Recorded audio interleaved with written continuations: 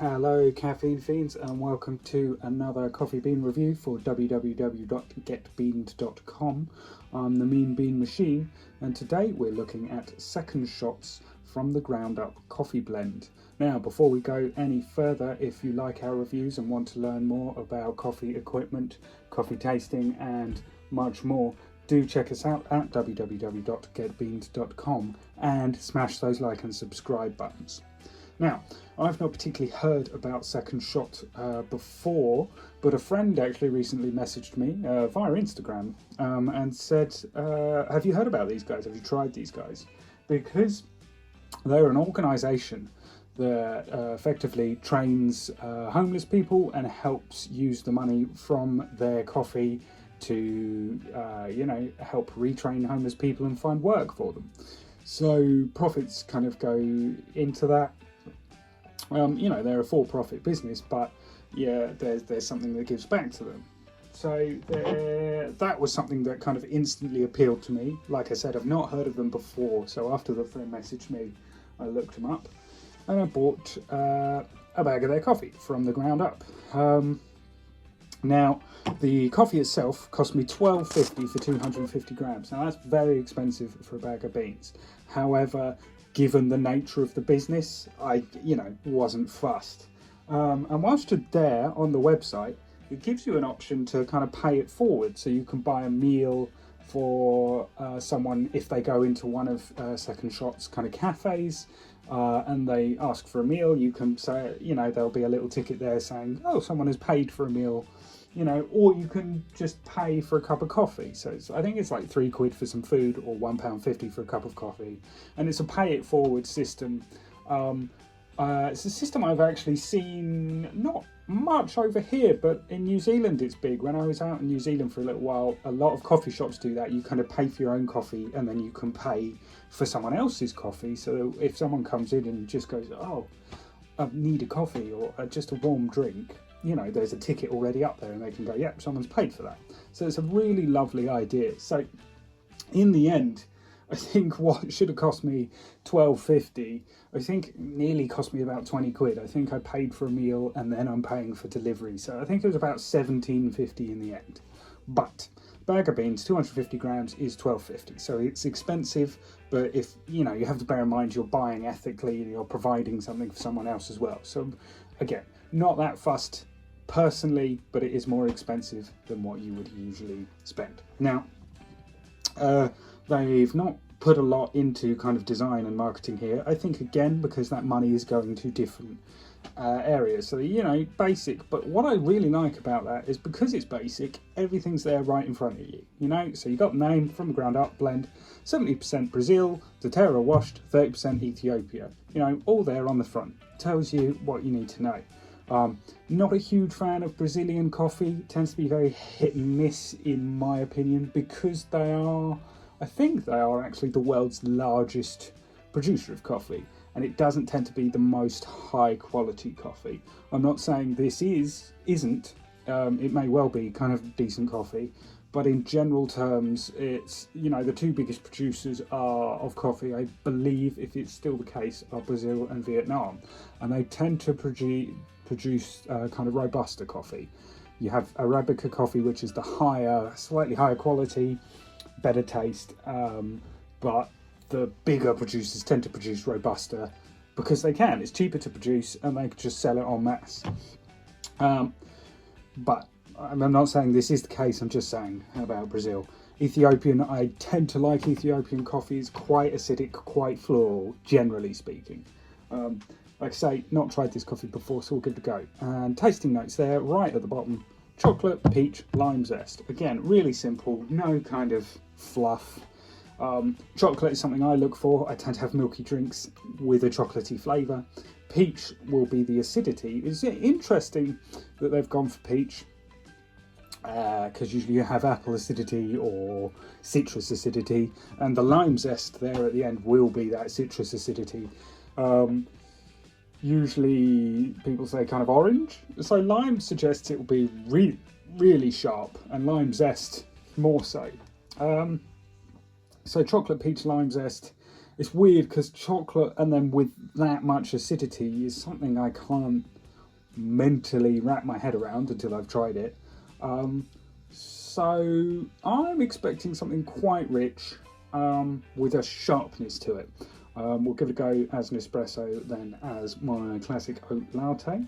But yeah, actually quite interested to see, because if this is a decent coffee that does good, you know, it may well become something I regularly buy.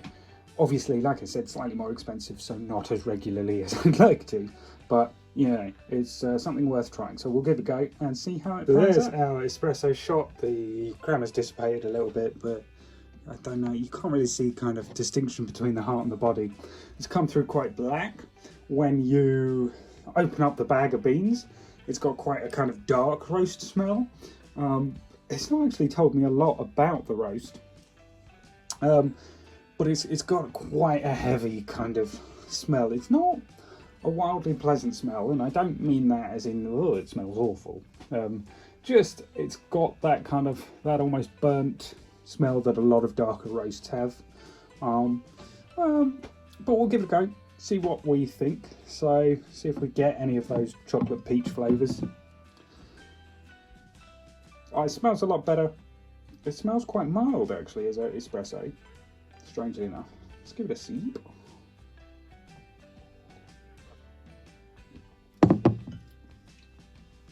Oh wow, so the peach actually comes through a lot. Which is, of all those tasting notes, it's the one I wasn't expecting to come through. There is a kind of, there's a softness, but there's a soft sweetness that I think is kind of relates to the peach there. Weirdly enough, the lime zest I'm not getting. It's more of an aftertaste. I understand all of those tasting notes and where they're coming from. So the chocolatiness is there, but it's definitely an undertone, a kind of, oh yeah, there's a bit of chocolate. It's not the main flavour. Weirdly enough, that's the peach, and it's just not what I was expecting. Kind of, I thought the chocolate and the lime, you know, one of those would overpower it. So that acidity that I was expecting really isn't kind of there at all. There's no real sharpness. There is a bit of a cut there, but there's no real sharp acidity. So kind of a nice mild chocolate undertone, peach kind of fuzziness coming through, and the lime zest. I guess they've added zest to that description, because if you said lime, you would be expecting a real punch of sharpness. But there's kind of a mild, like, cut of it.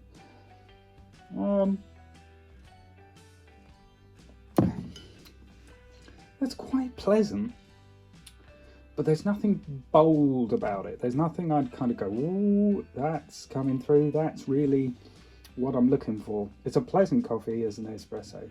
We'll give it a go as a latte, see if any of those flavours are kind of strengthened or weakened, and see how it comes out. It's not, there's nothing that catches you at the back of the throat, so there's no kind of real darkness or real acidity. So it's quite a nice, mild, medium, middle of the road. And again, I don't mean that as a derogatory term. I mean that in terms of there's no distinct flavour. One of those flavour tasting notes isn't overpowering the others. But yeah, we'll give it a go as an oat latte, see how that works out. So there it is as an oat latte, nice bit of head there, kind of quite a mild body. We'll give it a go, see what flavour profiles come forth for us. Give it a sip.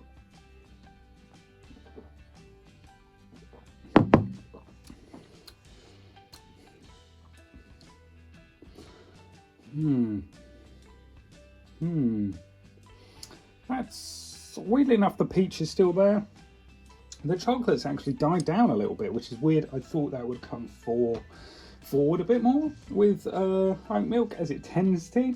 Chocolatey flavours tend to complement milky flavours, in my personal opinion. But the peachiness has come through, and the zest is almost kind of died off, which is to be expected. The acidity does kind of get tempered a lot by milk. So yeah, kind of, it's a really mild, peachy kind of, it's got subtle complexities, but nothing to really kind of make you think. which is nice if you just want a nice coffee that doesn't kind of challenge the taste buds too much, doesn't kind of go, oh, that's really acidic or that's sharp. It's just a nice kind of peachy coffee, and it's quite pleasant. They've only got the one blend, so they've focused a lot on this blend. So I get the feeling that they've deliberately kind of gone for middle of the road to maximise sales, if you see what I mean. You know, they don't want something too bitter and they don't want something too acidic. They want to kind of catch as many people in their net as possible. So they've gone for something that kind of appeals to a broad range. So I feel that this coffee is doing that, in that it's deliberately kind of had any sharp or rough edges kind of worn down, so that it doesn't have anything too specific, you know, so that, you know, certain people go, oh, that's fantastic, and others go, oh, that's not for me. And I think they've kind of hit the nail on the head for that, kind of gone nice and down the middle. And I would recommend picking it up and maybe, you know, chuck in a couple of quid at the pay it forward system whilst you're at it. But I don't think anyone who's looking for something kind of really unique or really different is gonna truly kind of find what they're looking for. I don't think anyone is ever going to say, oh, I really love that coffee. But I do think a lot of people will like it. You know, a lot of people will say, that's a nice coffee, that's a good coffee. And ultimately, that's what it comes down to. It's a good coffee that I drink time and again. But there's nothing there that justifies that price apart from the organisation and what they're doing, for me personally. And I think what they are doing is a great thing, and I'd be more than happy to buy that coffee time and again, drink it time and again, because it's a pleasant coffee.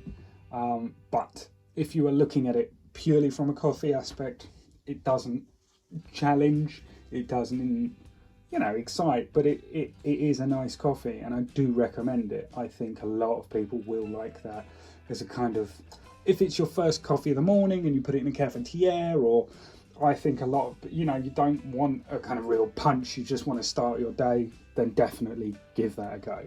Lovely coffee, give it a try.